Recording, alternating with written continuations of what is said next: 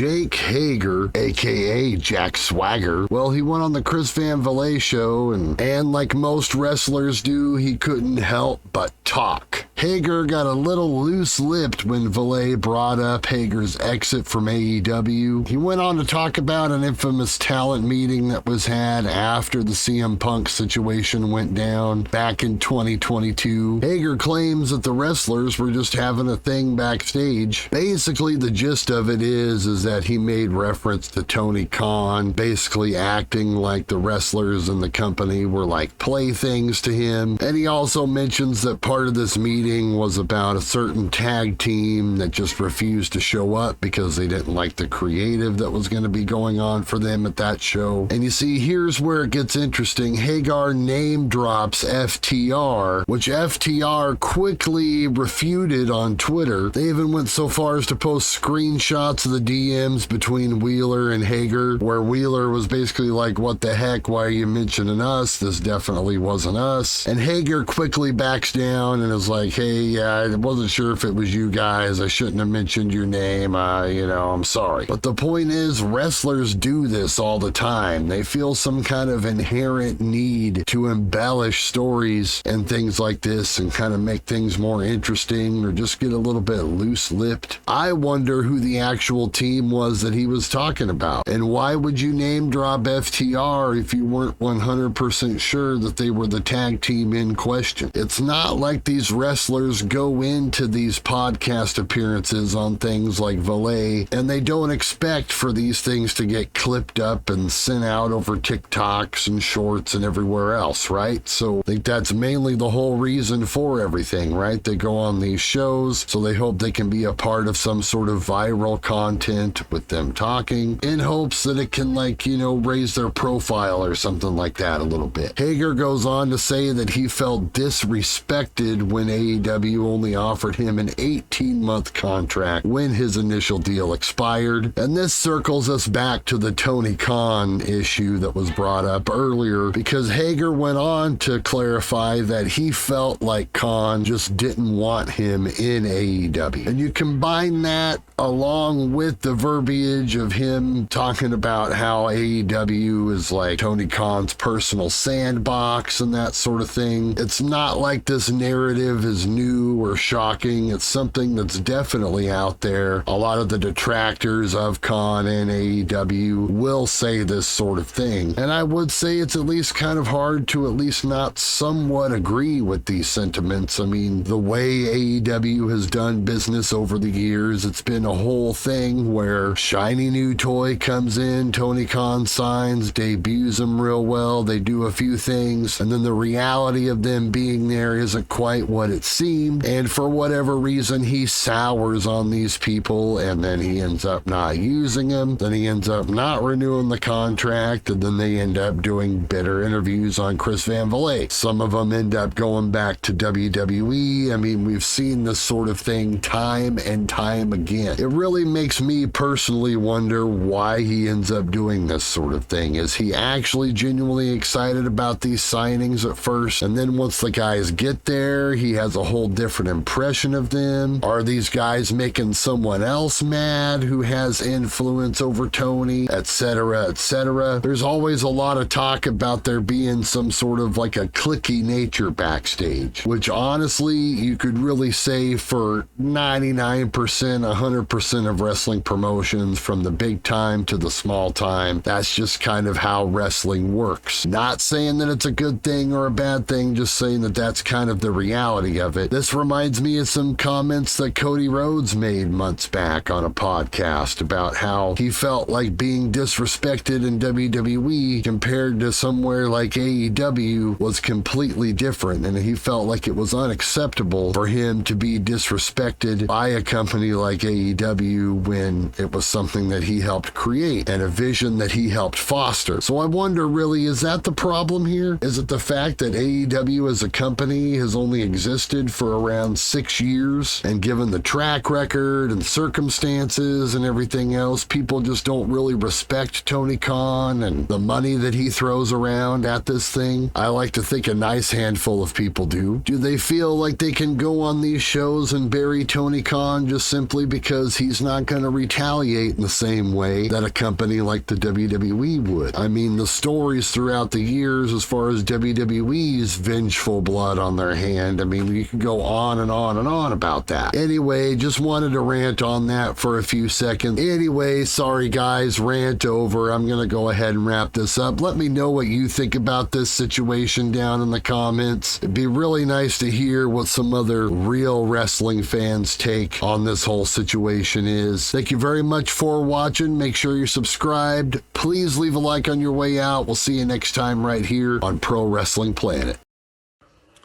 Arriba!